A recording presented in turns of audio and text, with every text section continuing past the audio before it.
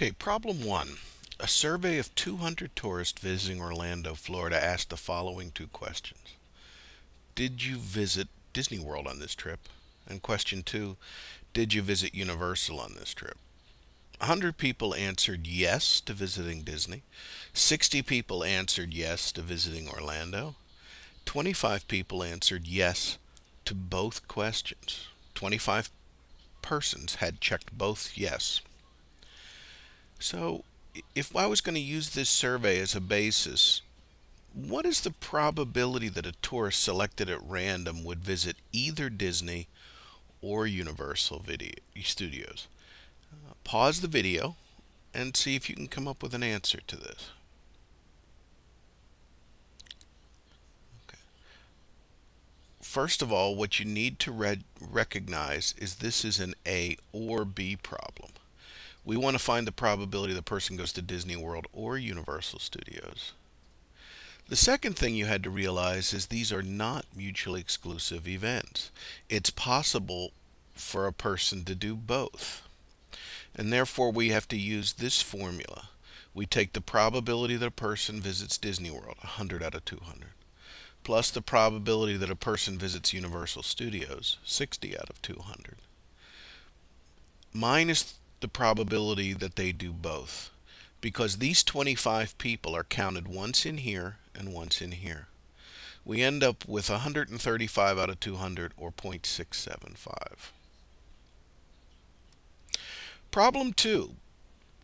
Box 1 contains 4 red balls and 6 green balls. Box 2 contains 8 red balls and 2 green balls. A ball is drawn from each box. What is the probability that a red ball will be drawn from box 1 and a red ball will be drawn from box 2?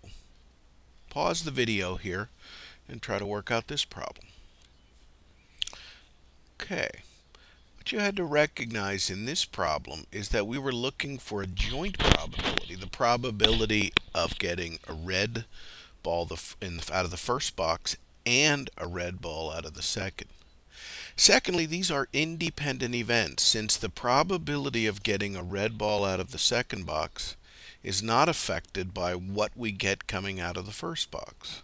So we simply had to take the probability of getting a red on the first and multiply it by a probability of getting a red on the second, and we end up with 32 out of 100, or 0.32. But the third problem. A box contains 6 red balls and 4 green balls. 2 balls are being selected from this box. What is the probability that both balls will be red? Pause the video and try and figure this one out.